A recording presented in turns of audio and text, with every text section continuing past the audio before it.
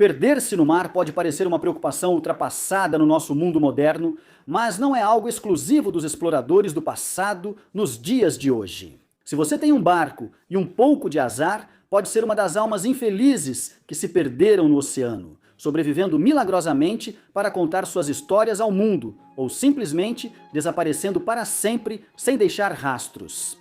Então hoje estamos chamando todos a bordo enquanto contamos as histórias de pessoas que se perderam no mar. Mas antes de nos perdermos no assunto, que tal você encontrar o botão de inscrever-se? Depois, mergulhe nos comentários e nos diga sobre quais outras histórias náuticas você quer ouvir. Por enquanto, não balance o barco.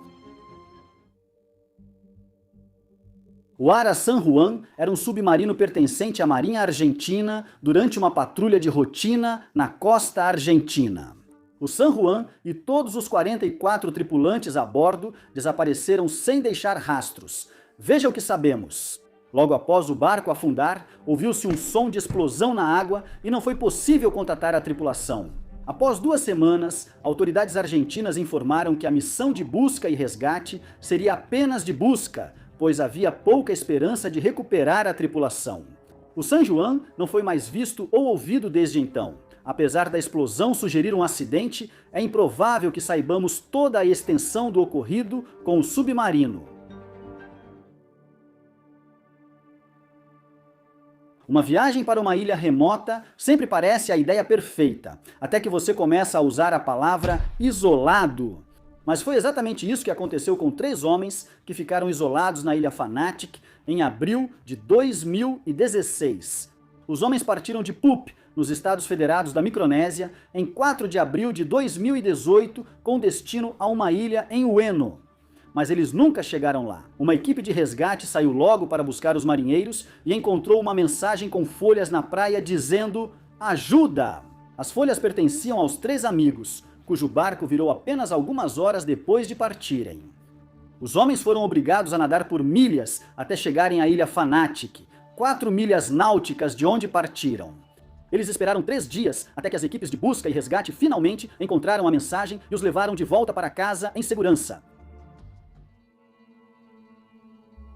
Austin Stephanos e Perrick Cohen eram entusiastas ávidos da vela no auge de suas vidas. A dupla de pescadores experientes saía regularmente de barco e mantinha contato frequente com suas famílias durante os passeios. No entanto, em 23 de julho de 2015, os garotos decidiram fazer uma viagem para as Bahamas em uma embarcação de 19 pés com motor único, fabricada em 1978. Eles foram vistos pela última vez comprando combustível para o barco logo após o início das tempestades.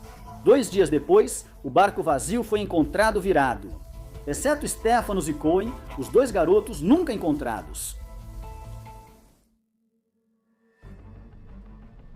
Em 1981, o arquiteto naval Stephen Callahan projetou sua própria escuna, chamada Napoleon Solo. Seu sonho era atravessar o Atlântico com o barco em uma jornada que o levaria até Bermuda e Cornwall, na Inglaterra, antes de chegar a Penzance para a regata Transat 650 de vela solo. Após parar para reparos em La Coruña, Callahan continuou sua jornada pela costa da Espanha, onde colidiu com um objeto desconhecido sob a água. O barco de Callahan foi danificado e ele precisou abandoná-lo. Com um bote salva-vidas inflável de 2 metros e alguns mantimentos do navio afundando, Callahan sobreviveu impressionantes 76 dias. Sobrevivendo a ataques de tubarão, mau tempo, falha de equipamentos e uma queimadura de sol extrema, provavelmente.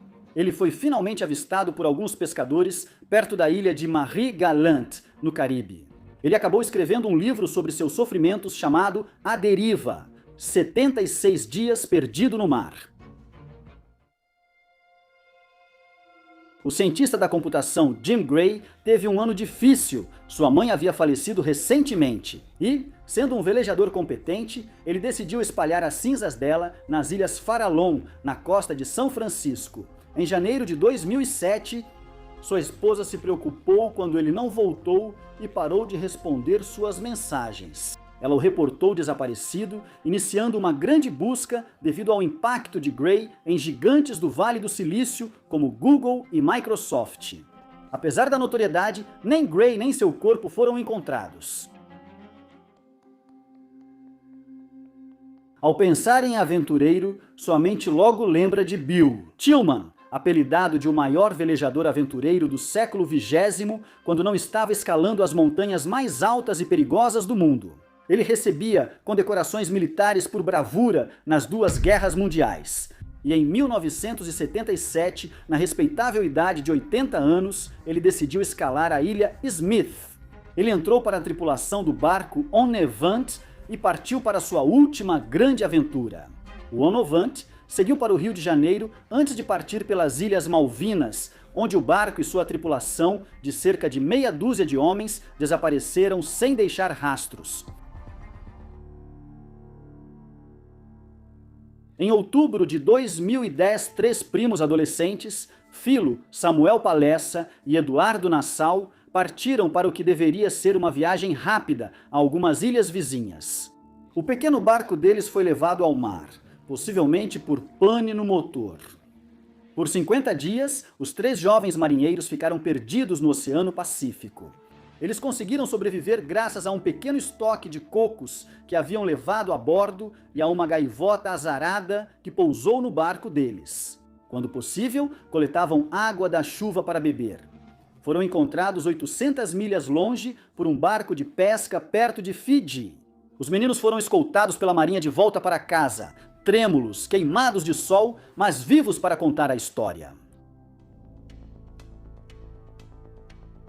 Amanda Torrance e seu pai, Willie Torrance, partiram para um dia de velejo com seu amigo e experiente velejador Dennis White, em 2010.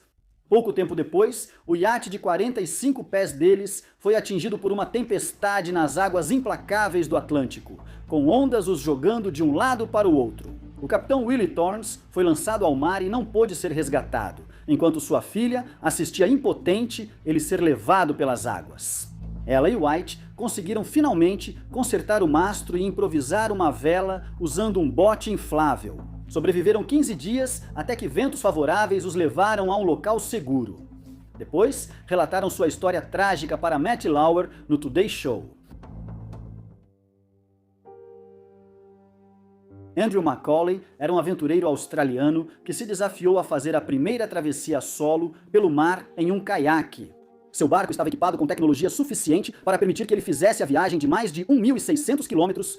Algo deu errado quando ele estava na metade do caminho e Macaulay pediu socorro. Seu caiaque foi recuperado, mas não havia sinal dele. Um pendrive continha vídeos dos pensamentos finais de Macaulay enquanto sua situação piorava, incluindo um em que questiona se não deu um passo maior que a perna. Richard Van Pham é um marinheiro que fez escolhas infelizes. Em 2002, decidiu velejar de Long Beach até a ilha de Catalina, na Califórnia, uma viagem de cerca de 30 milhas.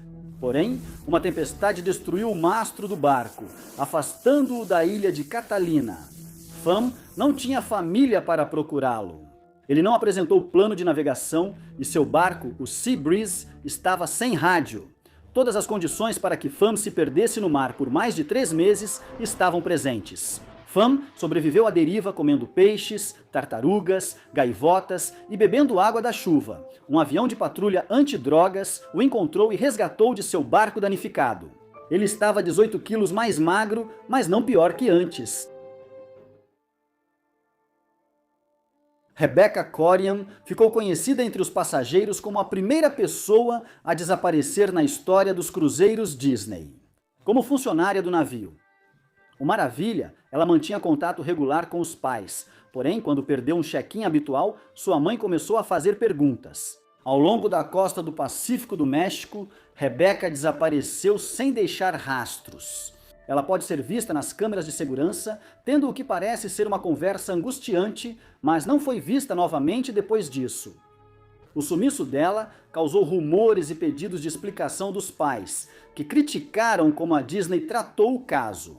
O caso ainda está sob investigação, já que vários detalhes do mistério não foram revelados ao público. Um pescador de Kiribati se perdeu no Pacífico com seu cunhado quando o barco de 15 pés deles ficou sem combustível. Eles fariam uma pescaria de 2 horas, mas adormeceram no barco à noite. Ao acordarem com o tanque vazio e nada além do oceano ao redor, o cunhado sucumbiu à desidratação, mas uma tempestade de chuva de última hora permitiu ao pescador armazenar água potável e sobreviver por mais um tempo. Quando tudo parecia perdido, ele ouviu um misterioso barulho batendo no casco do barco, que o tirou do sono. Ao investigar a causa, viu um tubarão sob o barco e atribuiu a ele o salvamento de sua vida. Se o tubarão não o acordasse naquele momento, ele não teria notado a popa de um navio ao longe. Ele chamou a atenção deles e foi resgatado graças à tripulação e a um tubarão prestativo. José Salvador Alvarenga fez uma viagem de pesca malfadada com seu amigo Ezequiel Córdoba em 2012. Uma tempestade terrível teria lançado o barco ao mar, obrigando os homens a sobreviverem com tartarugas marinhas, peixes e aves. Córdoba acabou sucumbindo às condições adversas, mas antes implorou a Alvarenga que levasse seu corpo para sua mãe. Após dias convivendo no mesmo barco com um cadáver, Alvarenga teve que empurrar o corpo para fora. Após 348 dias perdido no mar, quase um ano inteiro, Alvarenga foi resgatado. No entanto, seu sofrimento continuou, pois a família de Córdoba processou Alvarenga por $1 milhão, alegando que ele comeu o filho deles para sobreviver. Alvarenga nega que tenha ocorrido qualquer ato de canibalismo, mas, para ser justo, é exatamente isso que um canibal diria. E você, o que acha? Quanto tempo você acha que conseguiria sobreviver perdido no mar? Conte pra gente nos comentários abaixo e aproveite para conferir alguns desses outros vídeos da nossa história curiosa.